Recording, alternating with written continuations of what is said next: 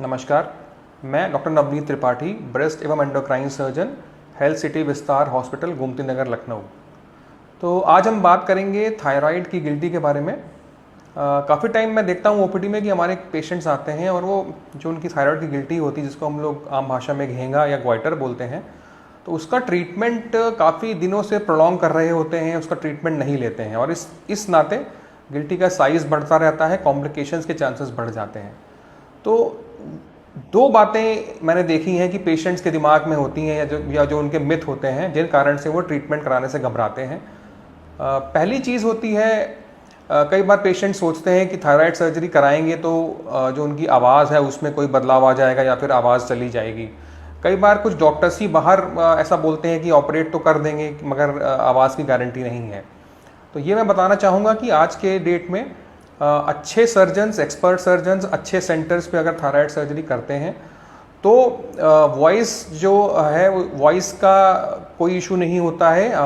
Thyroid के पीछे एक नर्व होती है, उसको हम लोग बोलते हैं रिकरेंट लैरिंजियल नर्व। तो इस सर्जरी में इस नर्व को पूरे प्रयत्न करके बचाते हैं और अगर ये नर्व प्रिजर्व रहती है तो आवाज़ में कोई समस्या नहीं रहती है। परमानेंट वॉइस चेंज का जो रेट है वो लेस देन 1% है और वो भी होता है कॉम्प्लिकेटेड या एडवांस थायराइड सर्जरीज में। सो इस नाते की आवाज़ में कोई बदलाव होगा, अपने सर्जरी को डिले ना करें। दूसरी बात है, कई बार महिलाओं में ये डर होता है कि गले की सर्जरी होगी तो हमारे गले में एक बहुत निशान आ जाएगा, बहुत बड़ा, और जो देखने में ख़राब लगेगा।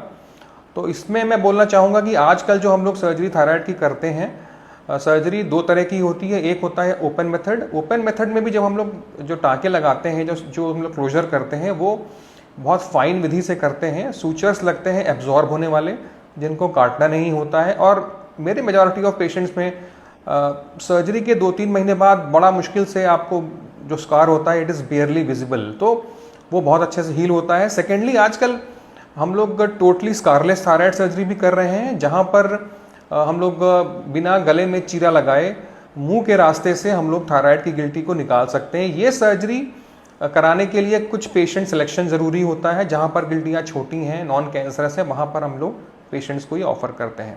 तो मेरा मैसेज यही है पेशेंट्स को और आम लोगों को कि गले में कोई गिल्टी है और स्पेशली अगर वो गिल्टी थायराइड की है तो एक्सपर्ट सर्जन से या एंडोक्रीन सर्जन से मिलें और इसके बारे में डिस्कस करके, अगर डॉक्टर्स आपको इसकी सर्जरी के बारे में एडवाइस कर रहे हैं तो बिना किसी डर के सारे जो आपके डाउट्स हैं उनको क्लियर करके इसका ट्रीटमेंट कराएं और इसमें कोई दिक्कत नहीं होती है।